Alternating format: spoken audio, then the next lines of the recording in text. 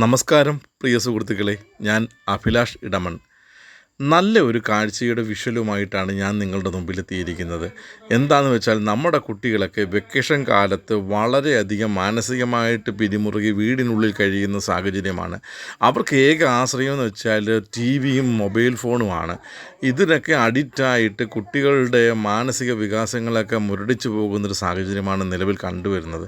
അപ്പം നമ്മുടെ തൊട്ടടുത്തുള്ള ഇതുപോലെ പബ്ലിക് ലൈബ്രറികളിലൊക്കെ ഉണ്ടെങ്കിൽ, അതുപോലെ ക്ലബ്ബുകളൊക്കെ മുൻകൈ എടുത്തുകൊണ്ട് കുട്ടികൾക്കായിട്ട് ഇതുപോലുള്ള ഓരോരോ ക്യാമ്പുകളൊക്കെ സംഘടിപ്പിച്ച് കൊടുക്കുകയാണെങ്കിൽ അവരുടെ ആ പിരിമുറുക്കത്തിൽ നിന്ന് അവരെ നമുക്ക് പുറത്തു കൊണ്ടുവരാനും അവരുടെ മാനസിക ഉല്ലാസം വർദ്ധിക്കുവാനും അതുപോലെ തന്നെ അവരുടെ ഉള്ളിലുണ്ടായിരിക്കുന്ന കഴിവുകൾ, കലാവാസനകളൊക്കെ പുറത്തെടുക്കാനൊക്കെ ഉള്ളൊരു വലിയ കാര്യമാണ് ഈ ചെയ്തിരിക്കുന്നത്.